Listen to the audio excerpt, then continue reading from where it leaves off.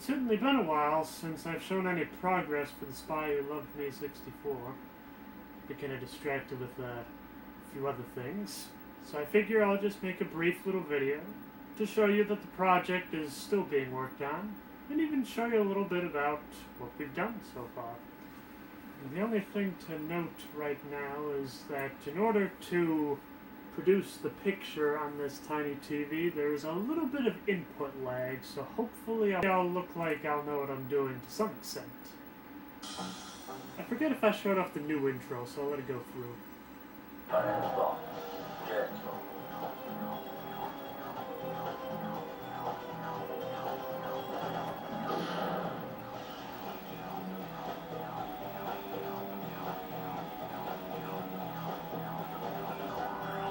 So for the most part it's the same, but I've shortened it down substantially.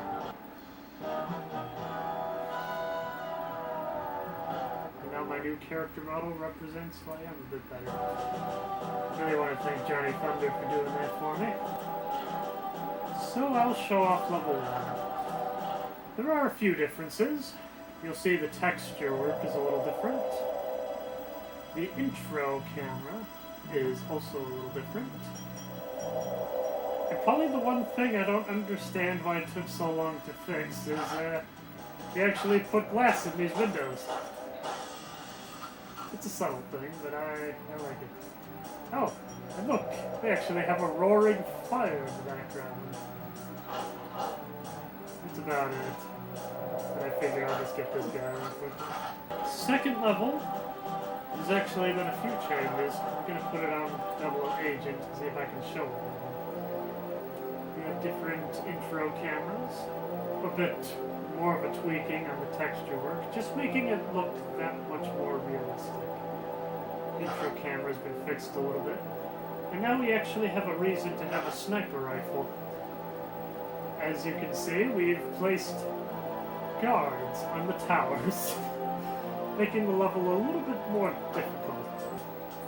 Now the interesting thing is we actually fixed the towers so the guns will actually shoot right through. Adding a little bit more of challenge and just another bit of polish to it as well. On to level 3. There's a bit more in terms of the portaling, I believe they call it. When you're fighting the boss Sander, there was a few places where you could just kind of hide away and he wouldn't be able to hit you. Here though, we have corrected that. So ordinarily this window right here, Sandor wasn't able to see through it. But now he can, which makes it just a little bit more difficult. And there was even a little bit of glass in there. Just that other little bit of polish, just to make this perfect. I'm pretty sure I showed some of these off in the last update video, but I figure let's take a look at it again. After all, there's actually been quite a bit of improvement. Like for example, this great music going on. We got Anya as the only one in the audience. Rightfully so, of course. It's very dark, denoting that it's quite ominous around here.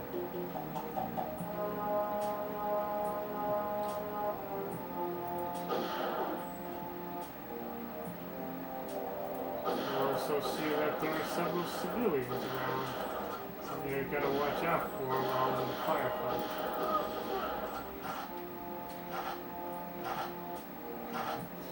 I just have a good old-fashioned revolver.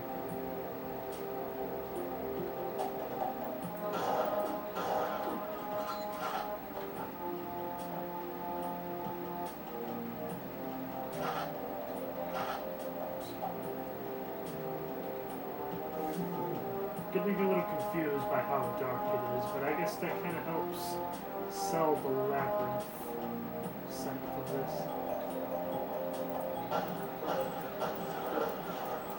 I was a little worried I was going to die there.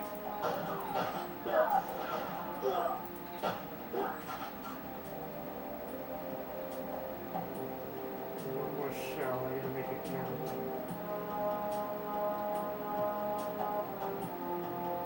Really drilling guard. guess I'll just leave him be. He's not gonna hurt me quite yet.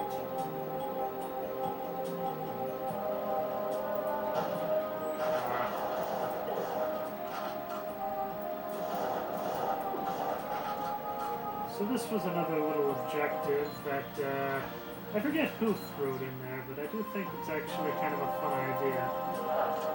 Put the tracker on the van itself. Encouraging a little more level exploration, which, that's one of the things I like most about GoldenEye. That, and while it's a stealth game, you're not forced to be in stealth. You can play it however you want. And those were the two things I wanted to carry over the most.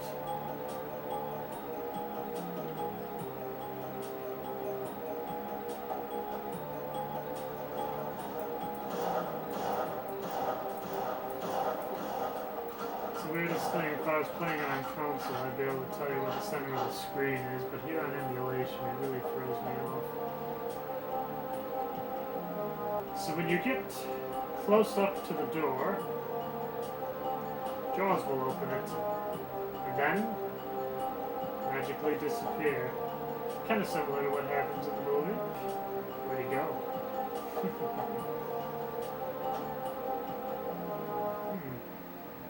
The sound of a body falling. Oh dear.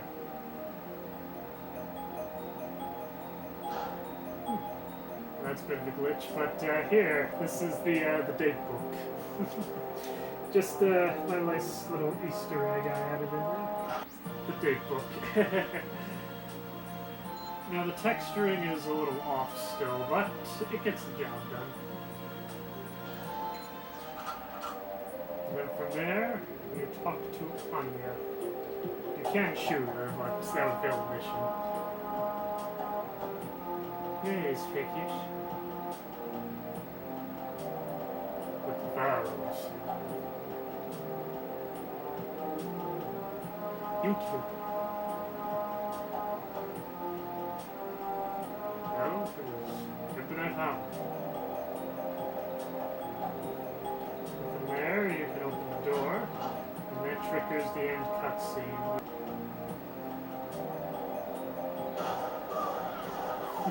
Kind of wanted something a little similar to Depot. The only problem is Bond takes quite a few hits before doing so. Hope you enjoyed the show. Good night.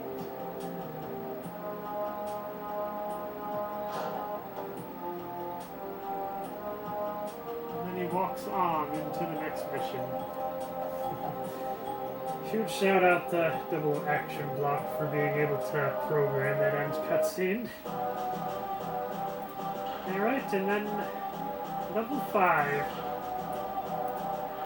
This one we've actually gotten to a bit more of a playable state now. It's still very rough around the edges.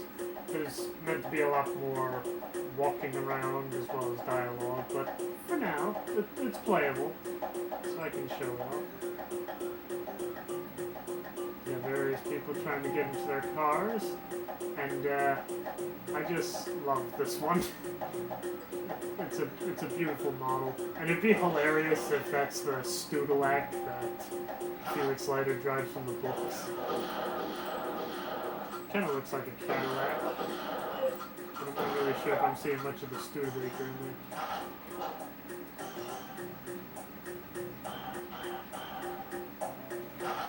Well, we went through the effort of programming this guy. Might as well give him some dialogue. What do you think? Major, I must say. That's it. The lady will have a Bacardi on the rocks. For the gentleman, vodka martini, shaken, not still. Just so you know me as well as... Yeah, I completely put you down. I hope you'll excuse me, I have a previous engagement. Mr. Locke. Goodbye, Mr. Locke. Let's say au revoir. I have been on this feeling we'll be meeting Ching. Wow. I can't read. Which is ironic, because I've been doing a lot of reading lately.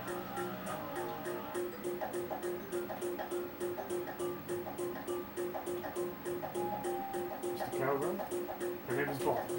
James Bond. What of it? We had an appointment with Mr. Fakesh. He won't be joining you. You have something uninteresting in mind. Just a moment. I would like to bid for it too. It appears you have competition, Mr. Bond. I did put in the idea of the lady's figure, but yeah. Mr. Calvin, the telephone, urgent. Excuse me. So then he goes to answer the phone, only to find it's Jaws, who ends up killing him. Then all of a sudden a whole bunch of guards swarm the area.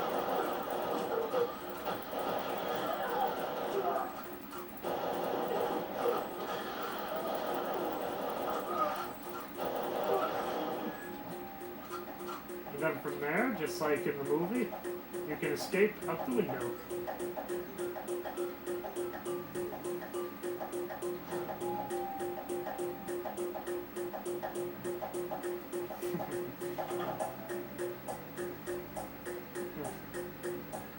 I don't remember those extra civilians being in there, and I guess it adds a little more to it then. I think I showed off the temple last time, but just in case, I'll show it off again here. This will be my last thing I will show off.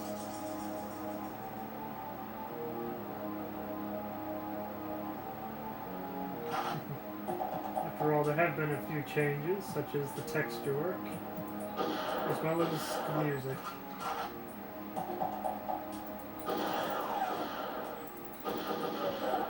Real trick's trying to figure out which one are the people and which one are the devils.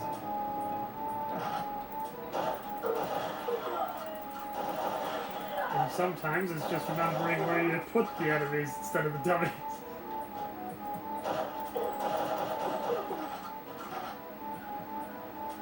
That's a fake.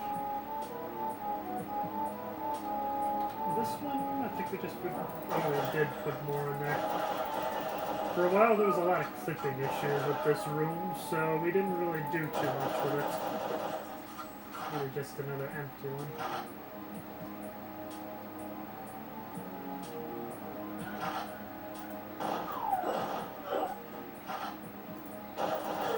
Ow.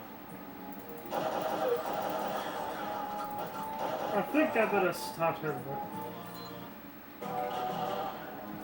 I've a little out of practice. I haven't really play tested this too much in a while.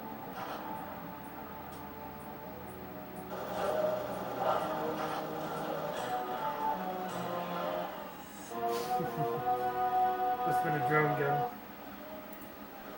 Of course, I am trying to do this on double agent after that.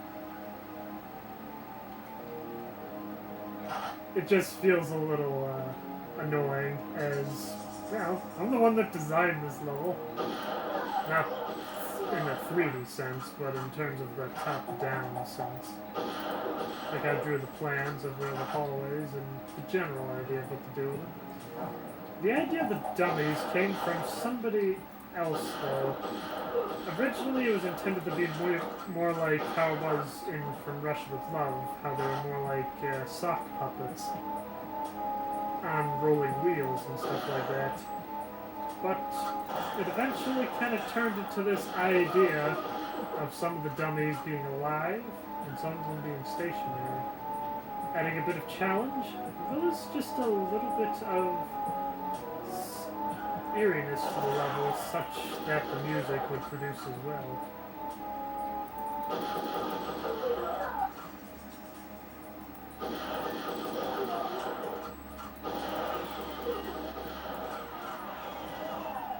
I better wait for the guards to come to me, you know, bottleneck a little bit.